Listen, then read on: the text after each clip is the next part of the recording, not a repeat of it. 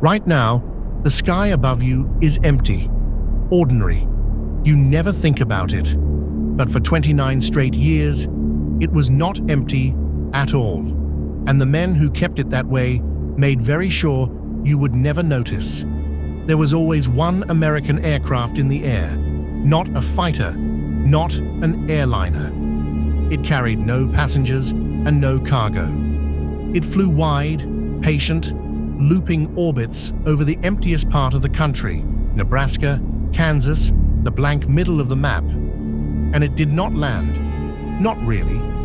One would sink toward the runway only after another had already clawed back into the sky to take its place.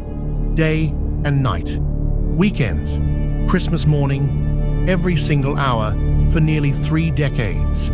And on board that aircraft sat one man with the authority to end the world. This is the story of a plane built for a single purpose: to guarantee that if the United States were wiped off the map, it could still reach out and destroy whoever did it. They called it Looking Glass, and it existed to answer one terrifying question, the same question that haunted the men who built it.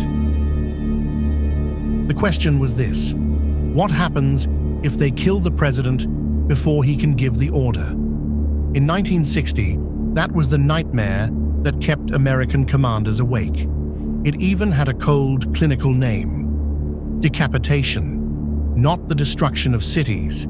They had already made a grim peace with that. The real terror was subtler: a single, perfectly timed strike aimed not at the country, but at the handful of men allowed to fire back. Kill the president, bury the Pentagon, vaporize the command bunker outside Omaha before anyone inside could lift a phone.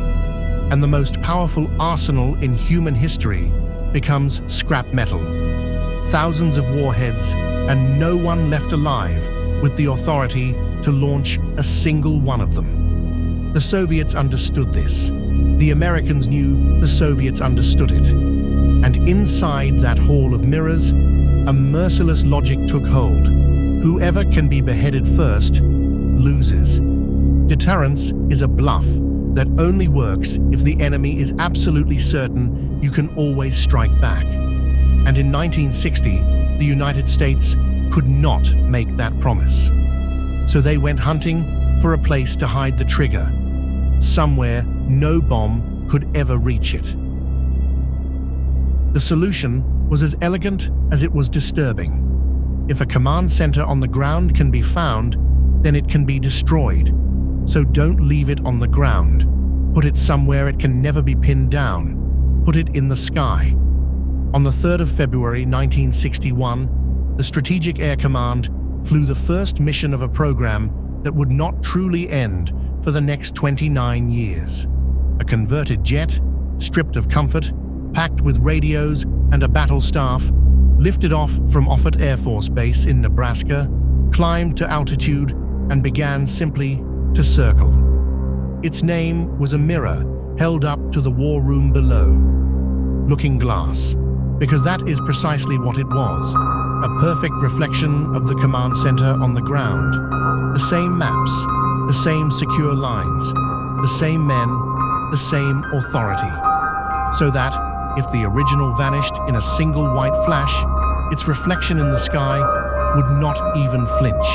It would just keep giving orders. From that February morning, an unbroken chain began, and nothing, not weather, not failure, not the passing of an entire generation, would be permitted to break it. Stop and think about what continuous really demands.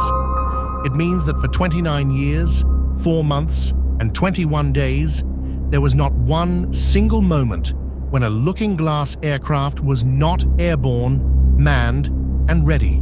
Not one. The handoff became a ritual, performed thousands upon thousands of times, one plane already orbiting overhead, fully crewed, while its replacement lit its engines on the runway below. Only when the new aircraft was up and its battle staff had taken positive control was the old one finally allowed to come home. The overlap was measured in minutes. The gap in coverage was always, without exception, 0. The crews flew 8, sometimes 10 hours at a stretch, carving lazy racetracks in the sky, burning fuel, going absolutely nowhere. It bred a strange kind of tedium, endless, grinding boredom, wrapped tight around a small, cold knot of dread. Because every man aboard understood the fine print of the job. They were not up there for an ordinary Tuesday. They were up there for the worst day in human history. The day they rehearsed relentlessly and prayed with everything they had would never arrive.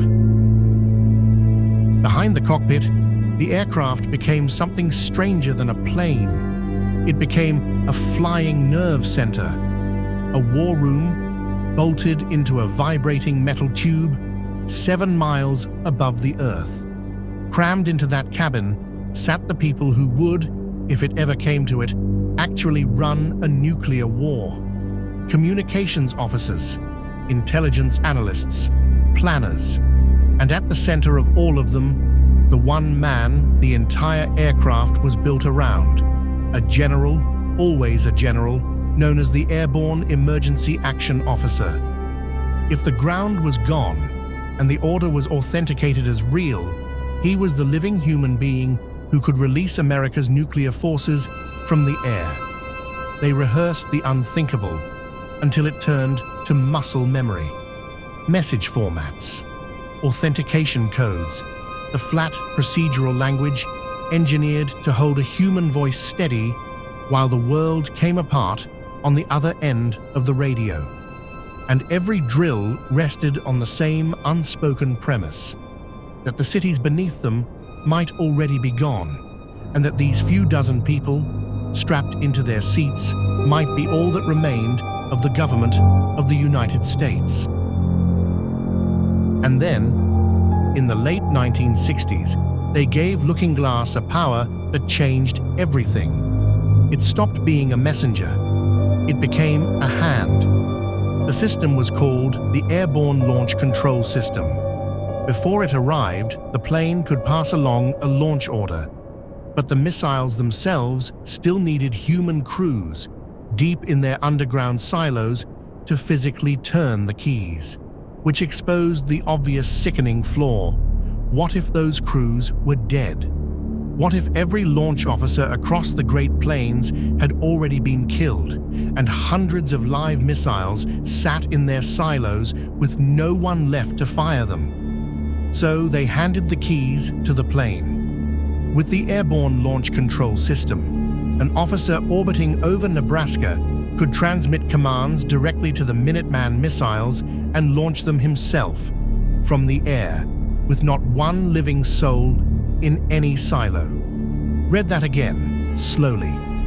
An aircraft circling in the dark over the American plains could reach down into the earth and fire an intercontinental ballistic missile entirely on its own. The trigger had left the ground completely. Now here is the part the technical manuals never record. Here is what the machine did to the men inside it. Every crew member who climbed those stairs carried the same private piece of arithmetic, and nobody ever had to say it out loud. If the message ever came, the real one, not another drill, it would mean the country beneath them was already under nuclear attack.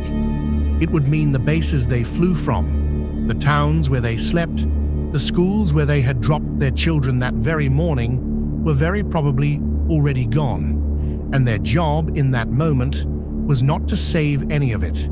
It was far too late for saving. Their job was to make certain the enemy did not outlive it either. They would be among the last Americans still breathing with any power at all, orbiting calmly above the ashes of everything they had sworn to protect, carrying out a retaliation that could rescue no one. It is hard to imagine a colder, lonelier duty, and they carried it hour after hour, year after year, because the entire aching point of their vigil was to make sure that message was never sent. And this is the strange knot at the very center of the story. Looking Glass was one of the most destructive instruments ever devised by human beings, a flying authorization for the end of a civilization. And yet its entire purpose was peace. It carried, distilled into a single airframe, the whole cold logic of the age to be so obviously, so completely survivable that no enemy could ever convince himself a first strike would work. Because if you cannot behead your opponent, if the hand on the trigger is always aloft, always moving, impossible to find, and impossible to kill, then striking first buys you nothing at all except your own certain destruction. So the plane flew, and flew, and flew, and every silent, uneventful, mind-numbing orbit was, in its own quiet way, a victory. Nothing happening was the whole mission. Across 29 years, the single most important number Looking Glass ever produced was the count of times it was actually needed to end the world. That number is 0. And then the world changed underneath it. The Berlin Wall came down. The Soviet Union was mere months from dissolving into memory. And on the 24th of July, 1990, quietly, without ceremony, a Looking Glass aircraft touched its wheels down at Offutt. And for the first time since John F. Kennedy sat in the White House, none rose to take its place. The continuous airborne alert was over. After 29 years, the sky over Nebraska was finally, strangely, allowed to be empty again. The record it left behind is difficult to fully absorb. Nearly 3 decades of unbroken alert. Not a single aircraft ever lost to an accident on the mission. A vigil held across 7 presidents. Through Cuba, through Vietnam, through every fever of a war that, against all odds, stayed cold. In no small part because of an aircraft exactly like this one, holding the line in silence overhead. The idea did not die with the flights. To this day, command aircraft still sit alert, ready to do the very same job, to become the surviving voice if the worst day ever finally comes. But the era of one plane, always up, always circling, endlessly watching the map and waiting for a message that mercifully never arrived. That era belonged to a very specific, very dangerous slice of history. Looking Glass was the physical shape of an idea most of us would honestly prefer not to look at too directly. That the piece we were born into was built, in part, on a machine whose only purpose was to promise we could destroy the people trying to destroy us. It kept a mirror in the sky, so that no one would ever be tempted to shatter the one on the ground. It flew for 29 years, precisely so that it would never once have to do the single thing it was built to do. And here is the question I keep circling back to. If keeping the peace truly required a plane like this, orbiting silently above your head for your entire life, would you rather have known it was up there, or never known at all? Tell me in the comments.